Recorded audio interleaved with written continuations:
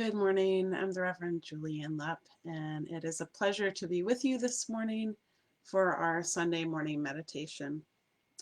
And today we're going to speak about the wisdom of Rumi, who is a very well-known poet, and you might have seen him in many bookstores and your English classes. And I'll talk a little bit of what he has to offer us from mysticism and the Sufi tradition. I'm going to light our chalice this morning. If I can get my matches to cooperate. I light this chalice for efforts to awaken our spirits, for efforts to light the world with wisdom. And in Unitarian Universalism, we look for wisdom from different faith traditions, including Islam, Christianity, Hinduism, and all of the world religions, as well as science and poetry and just plain old common sense.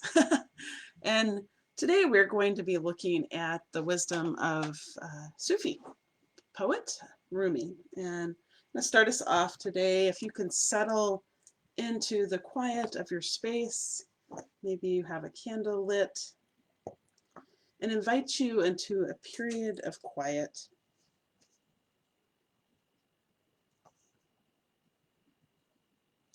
Come into this place of peace and let its silence heal your spirit. Come into this place of memory and let its history warm your soul.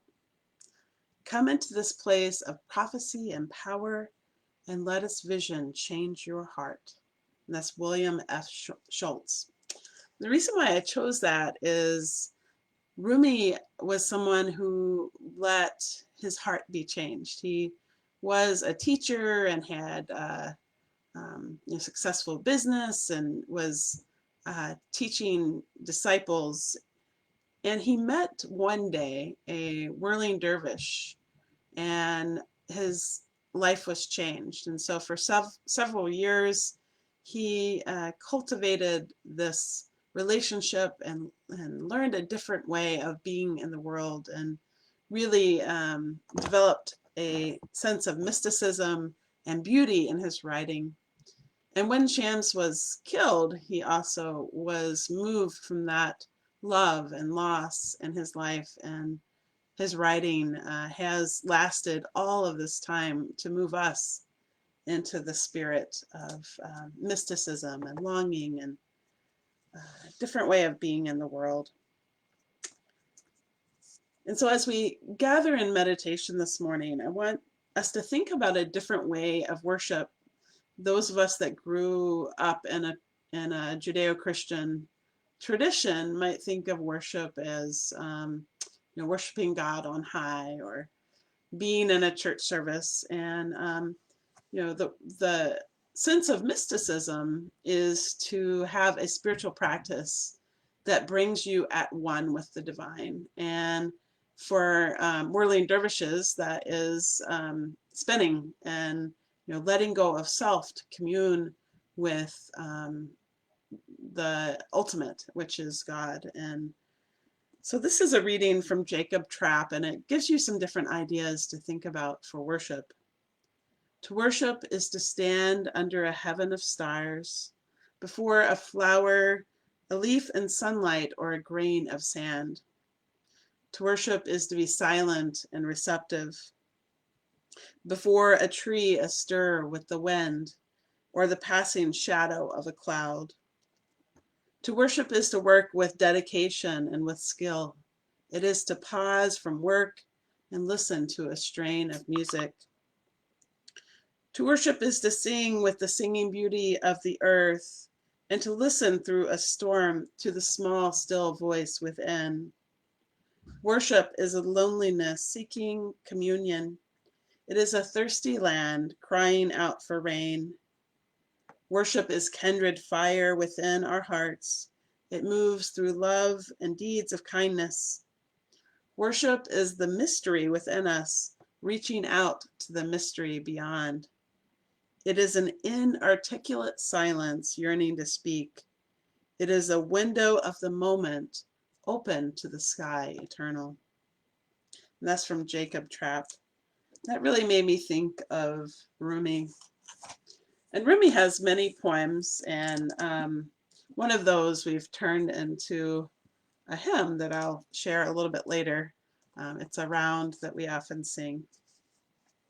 But I invite you to settle into your space, to gentle your face, maybe close your eyes half-footed, and to take a deep breath in.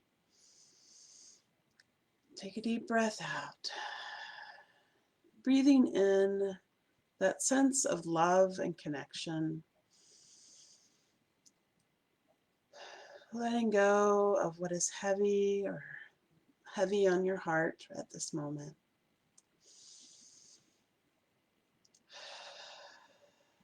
Just trying to relax your shoulders, to ease into our meditative space.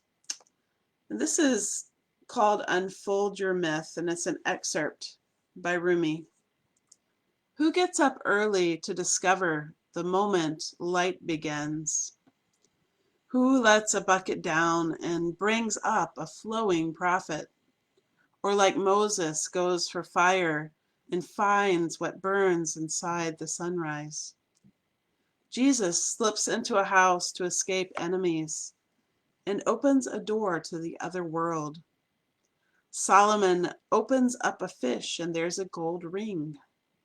Omar storms in to kill the prophet and leaves with blessings. But don't be satisfied with stories, how things have gone with others. Unfold your own myth without complicated explanation, so everyone will understand the passage we have opened you. Start walking toward shams.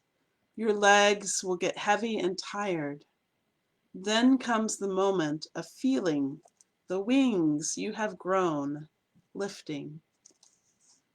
Just going to read that last line and imagine these wings lifting to unfold your myth. Start walking towards shams. Your legs will get heavy and tired.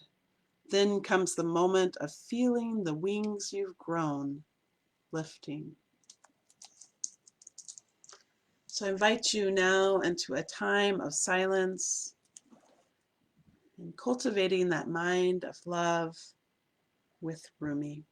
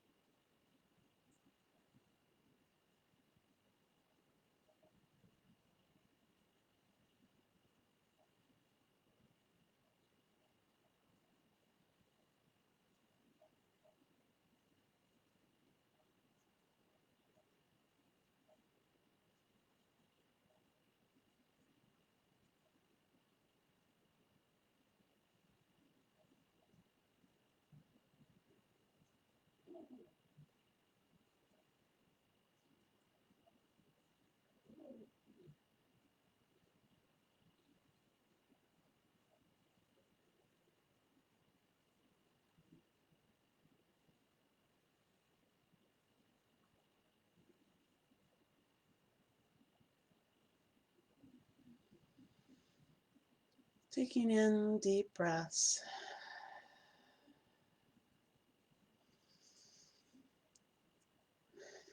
Releasing those last things that you want to let go. Breathing in love and connection, that sense of gathering around us, the sacred, the beauty around us. I invite you to open your eyes now.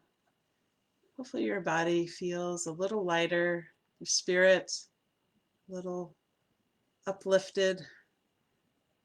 And the song that we sing at our congregation is Come, Come, Whoever You Are. This is from words by Rumi. Come, come, whoever you are, wonder, worshipper, lover of leaving. Ours is no caravan of despair. Come, yet again come. I invite you to feel that in your heart, that whoever you are, you come into this space of spiritual practice and breath and love. I'll sing it one more time. Come, come, whoever you are, wanderer, worshipper, lover of leaving. Ours is no caravan of despair. Come, yet again come. It's one of my favorite songs, and I love it when we do it as a round. And I'm going to read the Rumi poem one more time. Maybe you'll hear it differently or hear some wisdom that you didn't hear before. And this is Unfold Your Myth, Your Own Myth by Rumi, and it's an excerpt. Who gets up early to discover the moment that light begins? Who lets a bucket down and brings up a flowing prophet? Or like Moses goes for fire and finds what burns inside the sunrise? Jesus slips into a house to escape enemies and opens a door to the other world. Solomon opens up a fish and there's a gold ring. Omar storms in to kill the prophet, but leaves with blessings. But don't be satisfied with stories, how things have gone for others. Unfold your own myth without complicated explanation, so everyone will understand the passage. We have opened you. Start walking towards shams. Your legs will get heavy and tired.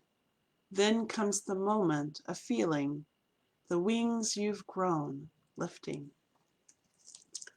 This passage and this poem have shaped my life in powerful ways. The idea that we can have our own sacred text in our own lives, and that my wings can lift me, my own wings, not something outside of myself, but my own connection with spirit or the sacred. And that's so powerful. And I appreciate that the Sufi poet from so long ago can reach out to me across the centuries and make such an impact on my life. Those words and that image have been very powerful for me.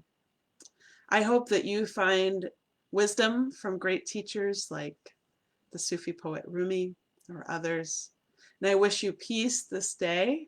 And thank you for joining me in this spiritual practice. Namaste, and blessed be, my friends. Hope you'll join us for our 10 a.m. flower communion service. And also at 12 p.m. we're going to have a drive-by a drive-by flower exchange at the UU. And you just drive by the Gray Street entrance, and you're welcome to bring a flower and take a flower. Hope to see you there.